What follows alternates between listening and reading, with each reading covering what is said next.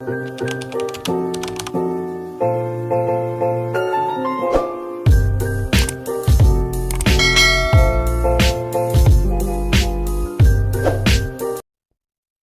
वालेकुम, welcome back to my channel. कैसे आप सब? उम्मीद है ठीक ठाक होंगे, खैरियत से होंगे। तो आज मैं आप लोगों के साथ किचन की वो टिप्स एंड ट्रिक्स शेयर करूंगी जो आप लोगों के लिए बहुत ज़्यादा कारआमद साबित होगी। और वो ये है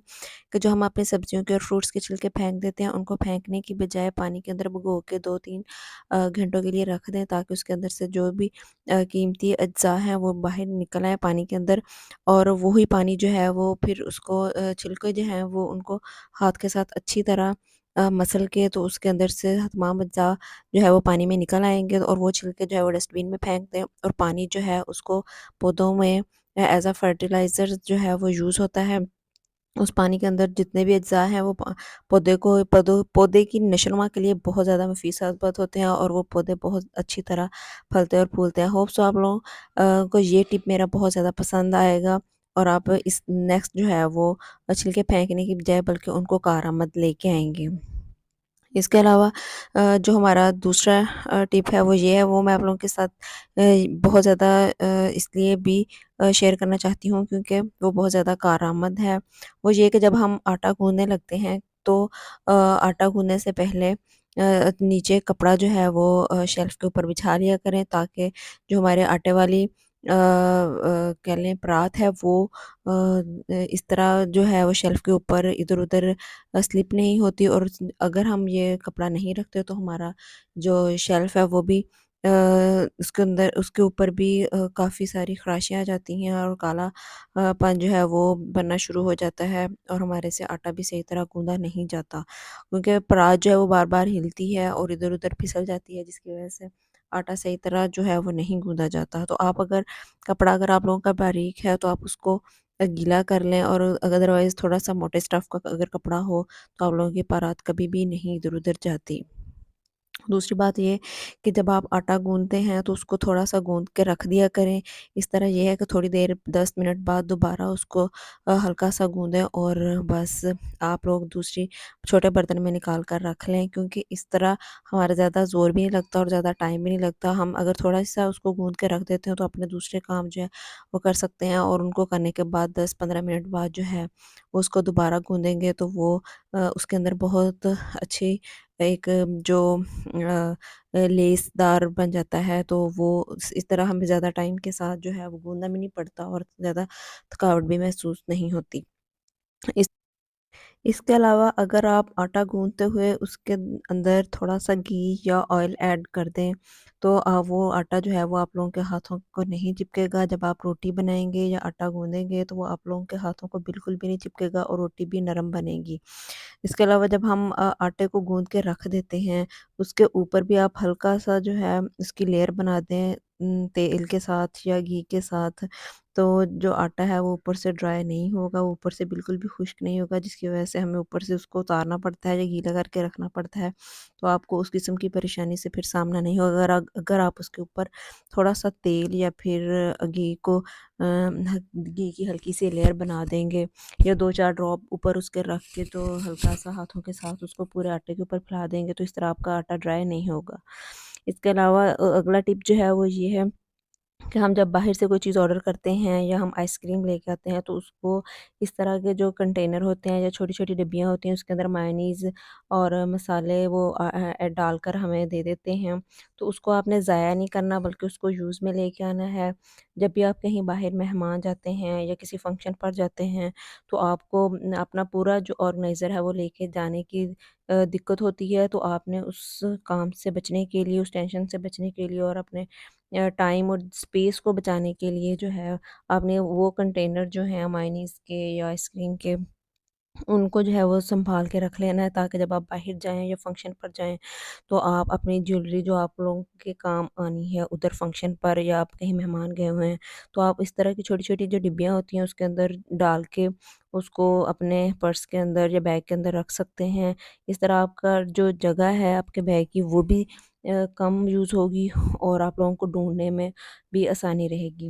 इसके अलावा जो नेक्स्ट टिप है वो ये कि जब भी आपने कपड़े अपने अलमारी में रखने हैं तो दुपट्टा और ट्राउज़र और शर्ट जो है वो आप लोगों ने अलग-अलग नहीं उनको फ़ोल्ड करके तह लगा के रखना, बल्कि इस तरह जो है वो आप लोगों को ढूँढने भी मुश्किल हो सकती है और फिर आप लोग का टाइम भी वेस्ट होगा। इसलिए आप लोगों ने जब भी अपने कपड़ों को वॉश करने के बाद उसको तह लगानी है और अलमारी में रखना है, तो आपने सबसे पहले शर्ट को फ़ोल्ड करना है, फिर उसी के अंदर ट्राउज़र को फ़ोल्ड करना है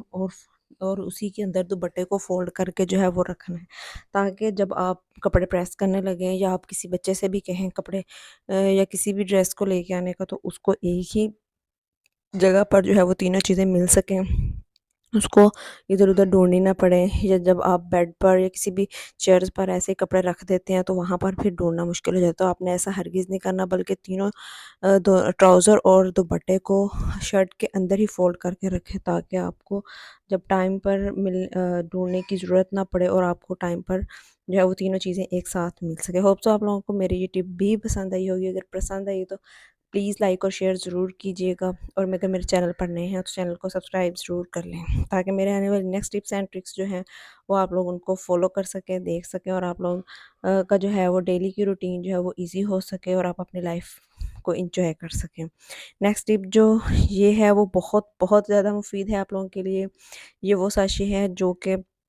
आमतौर पर मोटरसाइकिल या गाड़ियों की जो शॉप्स होती हैं, वर्कशॉप मतलब लाइक उनको ठीक करने वाली जो होती हैं शॉप्स, तो वहाँ पर आप लोगों को इजीली ये पैकेट मिल सकता है। ये वो है, इसको क्लिंग कहते हैं, जो कि बाज़ार से या उन शॉप से जो है वो इजीली मिल जाता है। ये 10 रुपए का साशे है। इसके अंदर एक वाइप होती है जो कि फुल ऑफ लिक्विड होती है, वाइट कलर का इसके साथ लिक्विड होता है, और वो वाइप जो है वो आप लोग फर्नीचर को अच्छी तरह जो है वो किसी रफ़ कपड़े के साथ उसको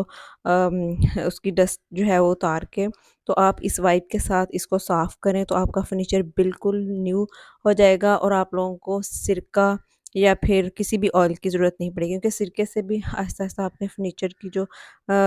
लुक है वो ख़राब हो जाती है, उसका जो कलर है वो चेंज होना शुरू हो जाता है, क्योंकि उसके ऊपर से जो पॉलिश होती है ओरिजिनल वो उतरना शुरू हो जाती है, और ऑयल जो है वो अपने अंदर मिट्टी बहुत जल्दी जज़ब करता है, जिसकी वजह से जो है वो बहुत जल्दी दोबारा गंदा होना शुरू हो जाता है। लेकिन ये क्लिंक जो है वो आप लोगों को मोटरसाइकिल की शॉप से आसानी से मिल जाएगी, और आप लोग अपना जो है फर्नीचर इजीली साफ़ कर सकते हैं। और ये सबसे एंड पर टिप जो है आप लोगों को नज़र आ रहा है, ये माचिस की डब्बियाँ हैं, जो कि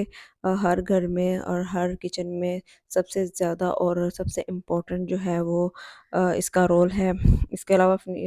जो है जो माचिस की डब्बियाँ हैं, इसको अगर आप लोगों के पास एक खाली पड़ी हुई है तो उसको फेंकना नहीं है आपने, बल्कि उसको यूज़ में लेके आना है। वो इस तरह के, जब हम लोग किचन में काम कर रहे हैं तो बार-बार हमें जो है वो आग जलानी पड़ती है, तो चूल्हा बंद करना पड़ता है, कभी ऑन करना पड़ता है, तो इसलिए हमें जो है वो एक जो गंध है माचिस की तीलियों का, वो बार-बार डस्टबिन की तरफ भी नहीं जाना पड़ेगा, और जो है हमारे चूल्हे के इर्द-गिर्द गंद भी नहीं होगा, और हमें जो है काम करने में भी मज़ा आएगा। आप लोगों के सामने जो टिप शेयर कर रही हूँ वो ये है कि जो डब्बी आप लोगों के पास माचिस की खाली हो जाएगी, उसको फेंकना नहीं है, बल्कि उसको यूज़ में लेके आना है। वो इस तरह कि जब आप लोग माचिस की तीलियाँ या कोई भी चीज़ आप लोगों के चूल्हे के नज़दीक है, तो आपने आग जलाने के बाद जो है तीली माचिस की, वो आपने खाली जो डब्बी आप लोगों के पास है उसके अंदर डालते जाना है, ताकि वो जो है इधर-उधर बिखरे ना, और आप लोगों का जो किचन है वो साफ़ लगे। होप सो आप लोगों को मेरी ये वीडियो बहुत ज़्यादा पसंद आएगी, और आप लोगों को अगर मेरी वीडियो पसंद आई तो अपने फ्रेंड्स एंड फैमिली में लाइक और शेयर ज़रूर कीजिएगा, और अगर आप मेरे चैनल पर नए हैं तो चैनल को जल्दी से सब्सक्राइब कर लें, ताकि मेरे आने वाली हर वीडियो आपको टाइम पर मिल सके। और आप लोगों ने कमेंट्स करके ज़रूर बताना है कि आप लोगों को मेरी वीडियो कैसी लगी। थैंक यू, अल्लाह हाफ़िज़।